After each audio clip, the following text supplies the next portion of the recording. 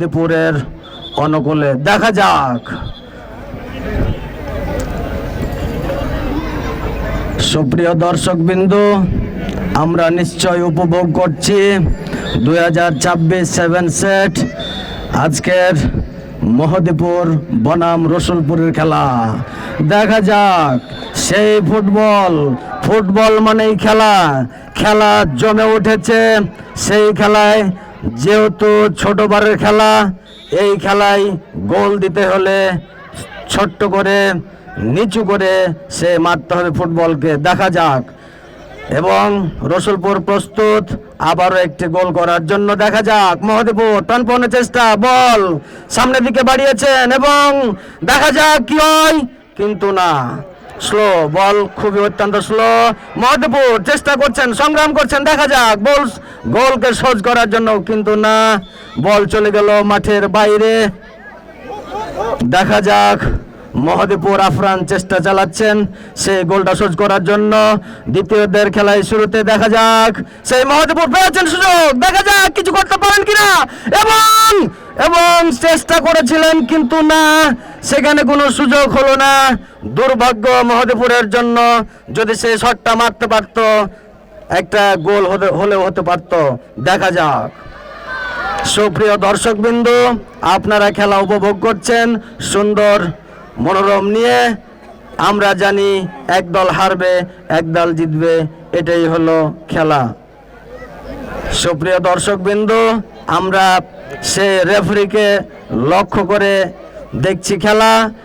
আমরা জানি যে রেফারি যেটা সিদ্ধান্ত নিবে সেটাই সঠিক হবে।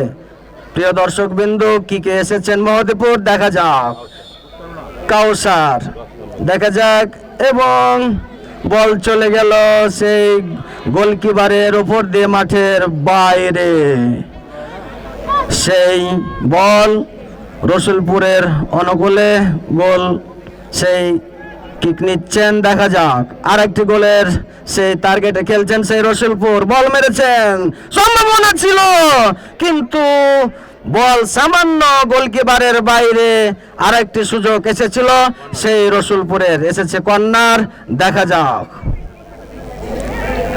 এই সুযোগে আবারও ধারাভাষ্যের প্রয়োজন, আরেকটি ধারাভাষ্য সেই দিচ্ছেন আমার ভাই মোহাম্মদ রূপচান নাকি রূপচান ভাই।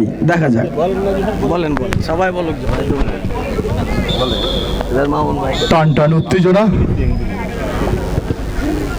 রসুলপুর আবারও বড় চ্যালেঞ্জে ডাবল গোল দেওয়া যায় কিনা, এবং মহদীপুর একাদশ খুব ঠান্ডা মেজাজে আবারও চেষ্টা করছে গোলটি সোর্স করে আমরা আবার পূর্বের দিকে ফিরে যেতে পারবো কিনা। খুব সুন্দর খেলা আমরা দেখতে পাচ্ছি। Rasulpur seven set mega final খেলায় কানাই কানাই দর্শক, আমরা যেহেতু খেলাকে ভালোবাসি, খেলাতে হার জিত থাকতেই পারে, তাই খেলাকে কেন্দ্র করে আমরা কোনো ধরনের বিশৃঙ্খলা সৃষ্টি করব না। হার জিত থাকতেই পারে খেলার মধ্যে, তাই আমরা খেলাটি খুব সুন্দরভাবে উপভোগ করতেছি।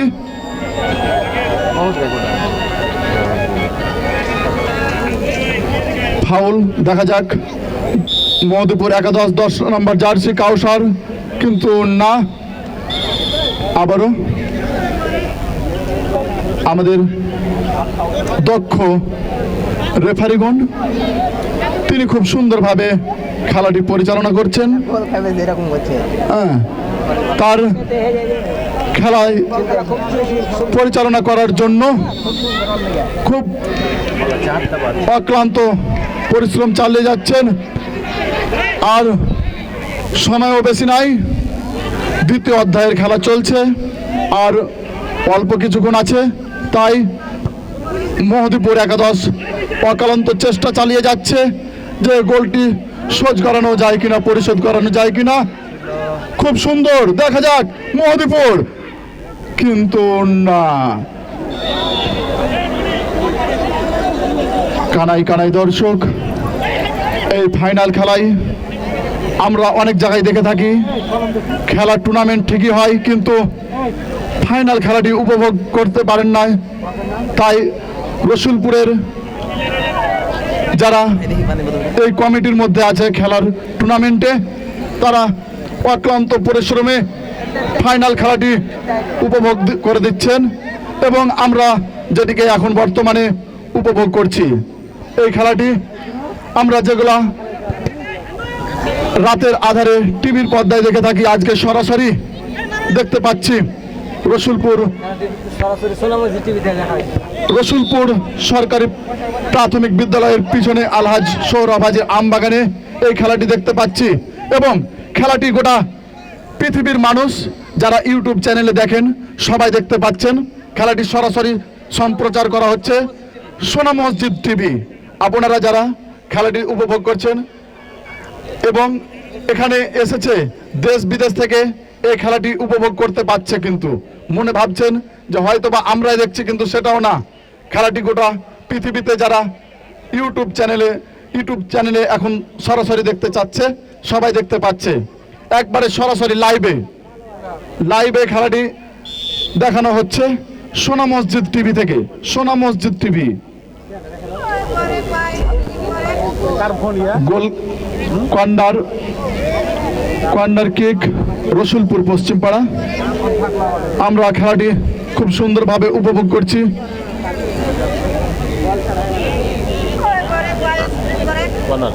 কর্নার কিক, দেখা যাক কি হয়, কিন্তু না, সুন্দরভাবে কাউসার, দেখা যাক কি হয়, কিন্তু না, আবারও রসুলপুর পশ্চিমপাড়া, না। বাবু ভাই একটু পিচ্ছি এলাকা একটু পিছনে সরাই দেন, পিছনে সরাই দেন।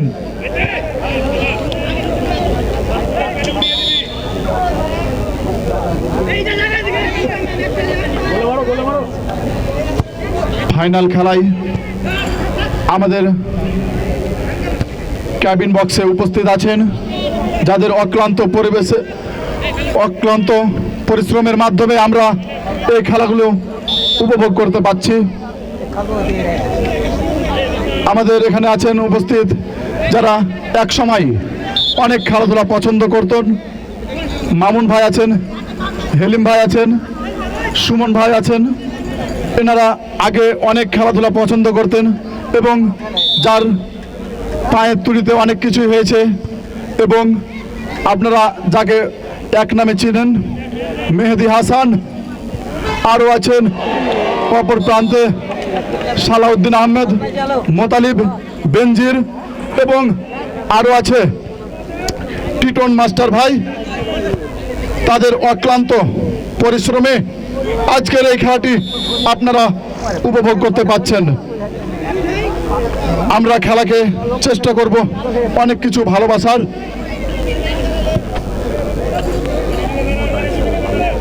মহদীপুর কর্নার কিক, দেখা যাক কি করে,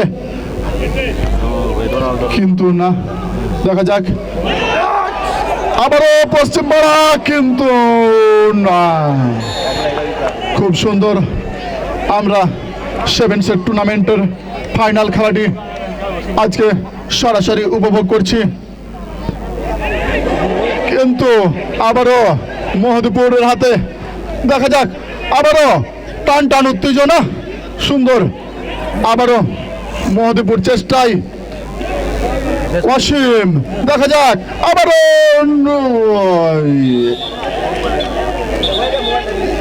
খেলাটি দ্বিতীয় অধ্যায়ের শেষ প্রান্তে।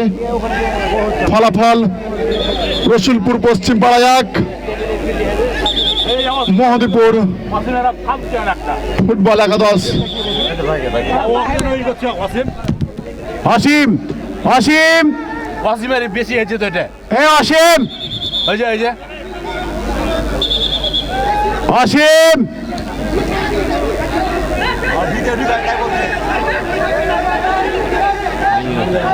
অসীম, হ্যাঁ মেহেদি, এই সালাউদ্দিন ওখানে দাঁড়িয়েছে, সালাউদ্দিনই করো, সালাউদ্দিন ব্যাপারটা ক্লিয়ার করো। অসীম কিন্তু কাজ চালায় বুঝতে পারছি আমি। সুন্দর খেলা চলছে, কত সুন্দর খেলা। কত সুন্দর খেলা। সকলের সার্বিক সহযোগিতা একান্তভাবে কামনা করছি। খেলা শেষ পর্যায়ে আপনারা আর বিশৃঙ্খলা সৃষ্টি না করে সার্বিকভাবে সহযোগিতা করুন। খেলাটাকে আনন্দ লাভের একমাত্র অবলম্বন হিসাবে বিবেচনা করুন। জয় পরাজয় বড় কথা নয়, রেফারির সিদ্ধান্তই চূড়ান্ত সিদ্ধান্ত। আন্তর্জাতিক ক্রিকেটে, আন্তর্জাতিক ফুটবলে, আন্তর্জাতিক পর্যায়ে সকল খেলায় ভুল ত্রুটি পরিলক্ষিত হয়। তারপরও এখানে অত্যন্ত সুন্দরভাবে খেলা পরিচালিত হচ্ছে। উভয় দলের খেলোয়াড়, ক্যাপ্টেন এবং ম্যানেজমেন্টকে ধৈর্য সহকারে অবস্থান করার জন্য অনুরোধ করছি। খেলাটি আপনারা উপভোগ করুন। এখানে কেউ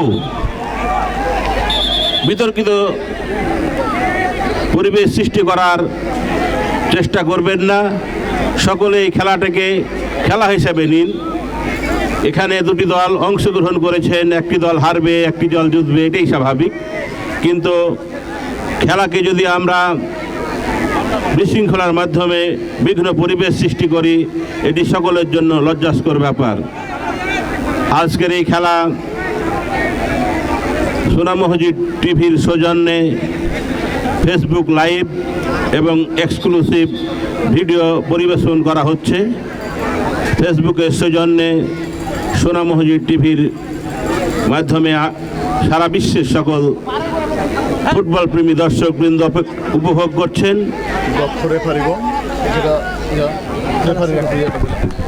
আমি রেফারিকে দ্রুত খেলা শুরু করার জন্য অনুরোধ করছি। সন্ধ্যায় আসছে, রেফারিকে দ্রুত খেলা শুরু করার জন্য অনুরোধ করছি। যা হোক, খেলা শুরু হতে যাচ্ছে আবারও। স্বল্প সময়ের বিরতির পর আবারও খেলা শুরু হলো। আক্রমণে উভয় দল যাওয়ার চেষ্টা করছে। এবারে দলীয় ক্যাপ্টেন মহদীপুরের অসীম আপ্রাণ চেষ্টা করছেন দলের জন্য। একটি গোল খুঁজে বের করার চেষ্টা করছেন, খেলায় সমতা ফেরার জন্য চেষ্টা করছেন।